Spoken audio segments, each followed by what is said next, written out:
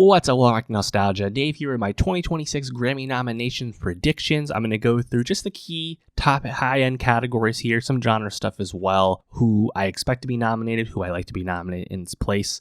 These nominations will be announced on Friday, November 7th. I, of course, will then react to what the nominations end up being and reflect back on who did get selected, so make sure you come back for that. If you did not know, the Grammy period for this upcoming Grammys was from August 31st, 2024 to August 30th, 2025. What does that mean? That means that Taylor Swift's new album, Life of a Showgirl, is not eligible for this Grammy period. Same thing for Ed Sheeran's new album, Play, the new Cardi B album, the new Doja Cat album. Those are probably the most notable things that have been released currently but are not in this Grammy period we're talking about. And that's always kind of the problem with the Grammys, is that the eligibility period is a good, 6-ish months before the Grammy ceremony happens. It's a pretty long tail, unfortunately. That being said, I do think this is an interesting Grammy year for two reasons. One, I don't think it's the highest end album year in terms of, there's certainly a lot of star power we're going to talk about here, but there's not like a obvious, this is the album of the year, this is a clear front runner to win. And I find that interesting given the star power involved. And also, definitely more unique, this is clearly going to be the most successful year at the Grammys for K-pop music. And I'll get into why, but there's going to be big nominations for K-pop artists at the Grammys this year, and that's pretty cool. So we'll jump right into Album of the Year here. And again, I think it makes sense to start with the stars, right? And in terms of people that seem really likely to be nominated, there's only really a small group, right? I think Kendrick Lamar, of course, for GNX, Not Like Us, won 5 times as a song at the last Grammys. GNX, though, was not released until this eligibility period. So Kendrick Lamar's GNX will be nominated for here. I don't necessarily expect it to win Album of the Year, but it'll be nominated. Bad Bunny's Debí Tuir Más Fotos. Bad Bunny's finally gonna seemingly become a steady presence in Album of the Year field. I actually think the stupid controversy with him performing at the Super Bowl will actually help his cause in terms of getting votes for that. So I think Kendrick and Bunny are definitely Album of the Year nominees. Also Lady Gaga for Mayhem. I think she's a pretty safe pick here as well. She's been nominated 4 times for the award, but never has won. She seemingly is being pegged as the favorite to win, but I would not necessarily call her a strong favorite the way we've seen in other years. But I would put Gaga in. Also, you have to think about what's the atypical Grammys pick, right? There's always someone there that the average person, even the average critic, wouldn't really consider. It's been John Batiste in recent years. I think that this year, it's pretty obviously going to be the Elton John, Brandi Carlile collab album. So I would put that in. But then who does that leave to fill out the rest of Album of the Year? There's a lot of star choices, right? You have Miley Cyrus, you have Lorde, you have The Weeknd, you have Sabrina Carpenter, you have stuff that's maybe a little lower profile in terms of overall fame level, but still in the mix here. Tyler, the Creator, Haim, Clips, FKA Twigs, maybe the Justin Bieber comeback, maybe someone even smaller like Leon Thomas. I'm not sure. K-pop Demon Hunters, could that soundtrack actually be nominated here, right? It's a tough one. And you'll see a lot of predictions all over the place. So I think I'm going to put The Weeknd in for Hurry Up Tomorrow, even though it wasn't the most commercially successful of his projects. He's kind of back in the Grammy good graces after his, cold treatment of it previously. So I think I would put that in. I'll put the Sabrina Carpenter album, Man's Best Friend, in here as well. It's an album that was not as successful as Short and Sweet was just last year, but it's still a pretty successful and well-regarded album in its own right. So I'll have that here. I would say Bieber does not get in, but he might be, nominated elsewhere. Haim would not surprise me, but I'm just not sure about it. Tyler the Creator is interesting because he actually has 2 albums out that are eligible in this period. Of course, Chromacopia from last year, and then Don't Tap the Glass earlier this year. I'll be very curious, most of all, is if both albums find nominations across, the genre categories and stuff. It seems like Chromacopia, though, is the more celebrated album. I personally definitely prefer Don't Tap the Glass a lot more. I'd love to see Sugar on My Tongue get some kind of, rap genre category nomination for sure.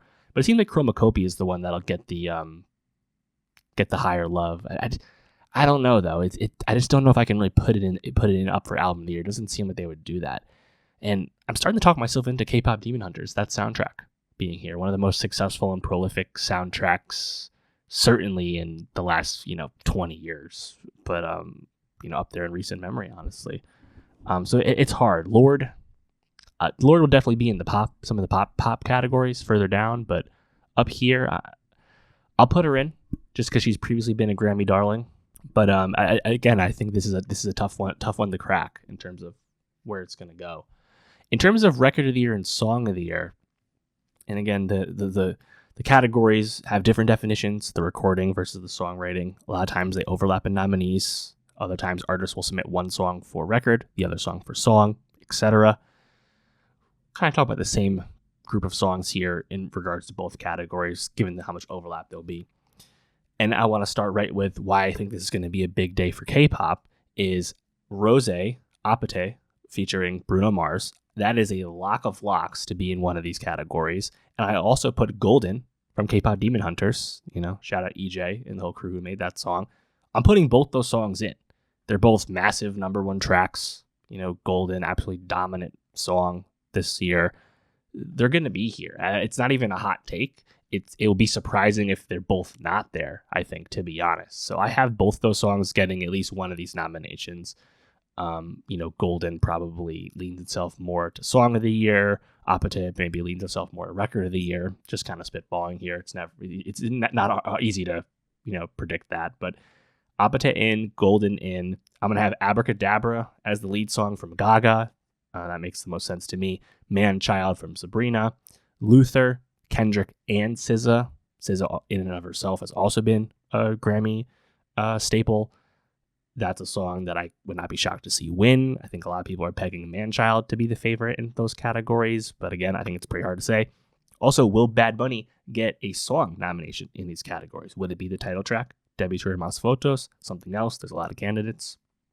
Also, another song that was really big this year, Alex Warren's Ordinary, was dominating on the Billboard Hot 100 at number one until Golden came along to unseat it. So I think Ordinary's maybe in Song of the Year. Other people in the mix, you have Gracie Abrams for That's So True last year. I would not be shocked to see that song here. I'll be curious if Doechie's Anxiety shows up. It's weird that this is seemingly eligible because that was a song that originally came out in November 2019, was then re-recorded earlier this past March. Doechii, though, won Best Rap Album for last year's Grammys, so would not be that surprising. A Miley song could be picked here. Also, we should not forget Billie Eilish released a song called Wildflower. Billie Eilish gets nominated for basically everything. Don't rule it out. I also saw a lot of people throwing out Chappell Roan's The Subway, the loose single that she put out earlier this year, not tied to her album. That would be an interesting pick just because I feel it would be kind of not that cool, kind of lame to pick that because Chappell got a lot of love last year with the album. Do we have to also pick her next single and nominate that too? Give her the Billie treatment the way they do? Not really sure. I would hope it doesn't happen, but we'll see. I don't know if there's going to be a whole lot of surprise in these categories. These songs kind of make the most sense to me. I mentioned Leon Thomas before. Maybe his song Mutt comes up in one of these. But yeah, I don't really see anything coming out of left field in these categories. Best New Artist, actually, one of the stronger and more compelling fields in recent memory. Obviously, it's a category that makes very little sense more often than not in terms of how it's defined, how it's applied, what new means, right? This year, though, I think there's a lot of people that are clearly new and have found success in organic and in real ways, not just, TikTok virality, but taking it beyond that. So people like Alex Warren, off the success of Ordinary, I think it makes a lot of sense, probably the favorite to win. But also you have Somber, you have Leon Thomas, you have Lola Young. I think all of those make a lot of sense. Then I saw other people being thrown out that I really quibble with being defined as new. Addison Rae, right? Successful pop album this year. Maybe she gets some pop love in the genre categories, but do you call Addison Rae new, right? Obsessed, when did that come out? Several years ago. But the album that song was tied to never did come out. So this is her first album. I guess you can get away with calling her new. People I think are less new, though, that I've seen thrown in here is Pink Panthers, right? Pink Panthers, fancy that. one of my favorite albums of the year. If it was up to me, that this would be an album of the year. I don't expect it. I expect her to get some genre love, though. I mean, to call Pink Panthers new, I mean, that breakout EP, To Hell with it, you know, that came out in 2021. The big song off that, the biggest song of her career, Pain, is about to hit 1 billion streams on Spotify. She's young, but she's not actually new. I just don't like when they do stuff like that. I've also seen people throw out Cat's Eye as new. That makes a little more sense. They just came out last year. Ethel Cain, though, I would not call her new. She had an album. She had a whole cycle already. Big X The Plug, yeah, his dabble into country this year is new. Him as an artist, though, has been kicking and for 3 years. Wouldn't call him new either. McGee, I think McGee is an interesting pick. That would make a lot of sense as a pick. He got a lot of attention for his own music last year, and then of course his heavy collaborations with Justin Bieber on Swag this year. I think that would be a pick that would be pretty wise. I'd like to see that. Someone else for me, Hanuman Kind, the Indian rapper. Of course, we know Big Dogs and how great that song is. I liked his album earlier this year. Not expecting it, but he would make sense to me. Other names you'll see: Olivia Dean, Megan Maroney. But yeah, there's a lot of good people here, right? Someone else who I don't want to see in this category is Rosé. Rosé is not new. Blackpink debuted in 2016. She's 1/4 of that group. Furthermore, she released solo music in 2021. Just because this is her first solo album and her first big hit from solo perspective does not make her a new artist. I think it's insulting when you nominate a Rosé or a Central C or a Pink Panthers in this category. I will continue to feel this way, and I just want this category to be done in a more impactful way. And new does not mean new to the Recording Academy. It actually means new to the people that listen to music. So hopefully things go our way with that. Those are the big 4 categories. In terms of rap album, interesting one again for me, because obviously you have Clips here, you have Kendrick with GNX here, and then you have Tyler. Does Tyler get nominated for both albums? I'm not sure. It'd be pretty cool if he did. He doesn't have to in my book, though. And then from there, I'd love to see the JID album from this past August, God Does Like Ugly. And then I think Glorilla makes sense as a prediction here, because Glorilla has very quickly become a Grammy favorite. You know, Yeah Glow got nominated last year. She was nominated for Best New Artist right away, actually on time. It was a great example of the Grammys being on the ball when Glorilla got nominated a few years back. So I would expect her album to be here. And then, like, does I Am Music from Playboi Carti actually get nominated for a Grammy? I can't predict that. That'd be pretty wild if it did happen, though. But I won't predict it. And frankly, I'm rooting for Clips to win. I like the Clips album more than GNX. I have Clips, Let God Sort 'Em Out. It's my number 1 album of the year. If it was up to me, that would be an album of the year. I'm not expecting it, but it is possible. But I'm expecting Clips, best rap album, hoping they win. And then others, probably Ace Trumpets or something else, will be nominating the songs for rap songs. Dance Electronic, also interesting genre this year, just because there's some good names here. You have FK Twigs, you have Kaytranada, you have Jamie XX from last year, you have Skrillex. That's a tough one, because I like the FK Twigs album quite a bit, but I love the Jamie XX album from last year. That'd be my choice. But as long as those people represented, that'd be pretty cool. I guess we shouldn't rule out Chance the Rapper's comeback album or mixtape Starline in the rap category, just because he previously was a Grammy darling before the big fall off and hiatus that he went on. So not entirely shocking.